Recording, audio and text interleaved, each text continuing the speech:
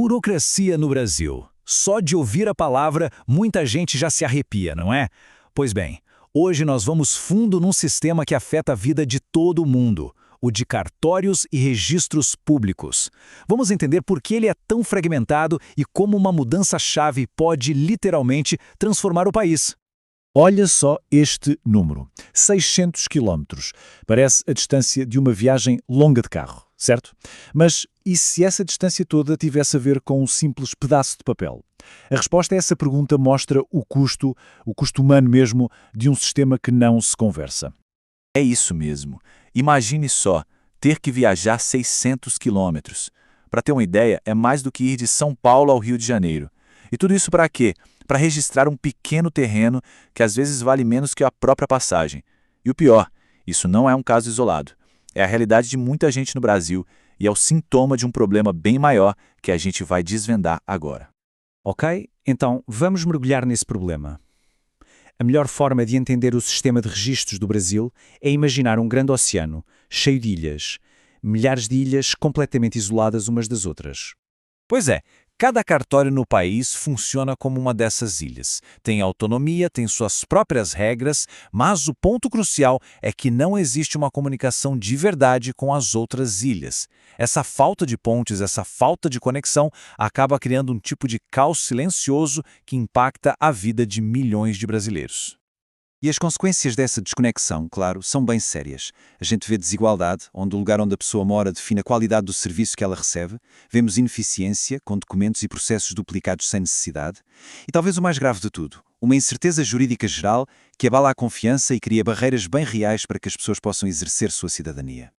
A coisa é tão séria que a situação já foi descrita com uma expressão que é chocante, mas muito precisa, um verdadeiro apartheid documental.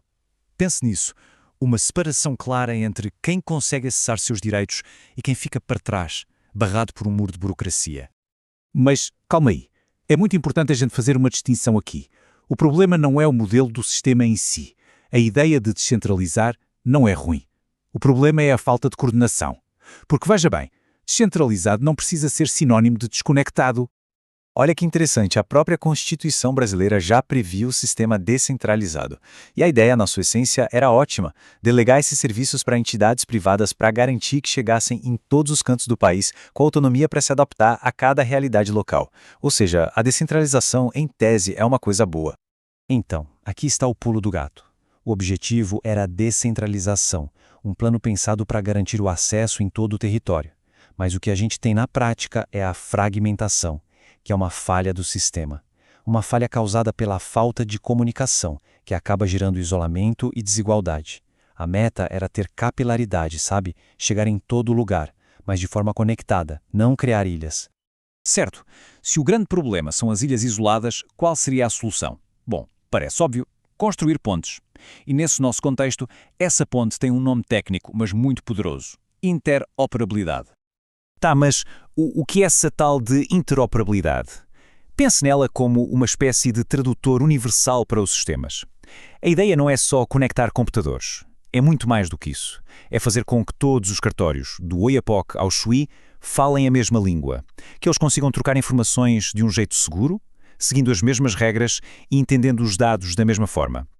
E para essa ponte ser firme, ela precisa de 4 pilares bem fortes. Primeiro, o pilar jurídico, que define as regras do jogo para todo mundo.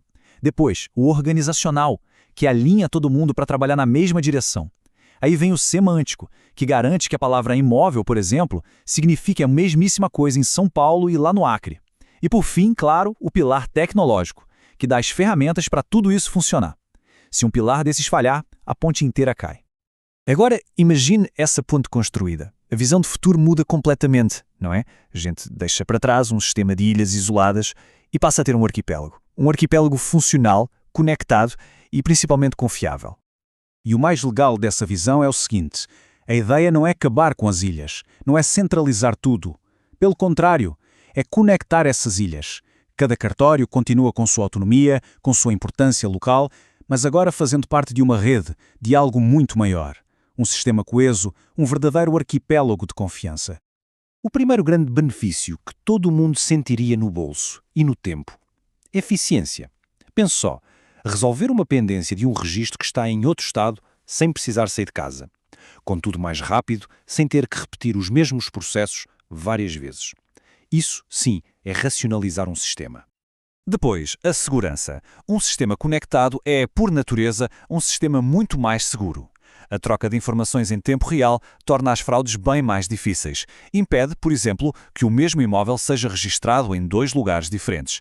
E, no fim das contas, dá para as pessoas a segurança jurídica, a tranquilidade de saber que seus documentos e suas propriedades estão protegidos. E aqui a gente vê o poder da tecnologia como ferramenta de justiça social. Ao quebrar as barreiras geográficas, um sistema interoperável combate de frente aquele apartheid documental que a gente falou antes. Ele ajuda a garantir que o acesso à cidadania seja de fato para todos, e não só para alguns. E, no fim, tudo isso deságua em uma palavra: confiança. Quando um serviço público funciona bem, de forma transparente, eficiente, a confiança das pessoas nas instituições é restaurada. E essa confiança, convenhamos, é o alicerce de qualquer democracia forte. Bom, estamos chegando na nossa reta final, e é aqui que a gente amarra todas essas ideias. Porque esse debate, veja bem, vai muito além de uma questão técnica. Ele toca no coração do que significa ser cidadão na era em que vivemos. É fundamental entender uma coisa. Não se trata só de modernizar cartórios, de comprar computadores novos. Trata-se de garantir que a base da cidadania, coisas como ter uma identidade reconhecida, registar uma propriedade, formalizar um negócio, seja sólida e acessível para todo mundo nesse nosso mundo cada vez mais digital. Isso nos leva à grande conclusão desta análise, que é uma ideia realmente poderosa. A interoperabilidade não deveria ser vista como uma melhoria opcional, uma coisa legal de se ter. Ela deve ser reconhecida como um direito procedimental essencial. Ou seja, a capacidade dos sistemas públicos conversarem entre si não é luxo, é uma condição básica para que todos os outros direitos possam ser garantidos de forma justa para todos. Então, fica a reflexão final. Essa jornada para conectar as ilhas de registros no Brasil não é só sobre tecnologia, é sobre eficiência, é sobre segurança, mas, mais do que tudo, é sobre construir um país onde o acesso a um direito não dependa do CEP de uma pessoa, mas sim do simples facto dela ser uma cidadã. Porque uma nação mais conectada tem tudo para ser também uma nação mais justa.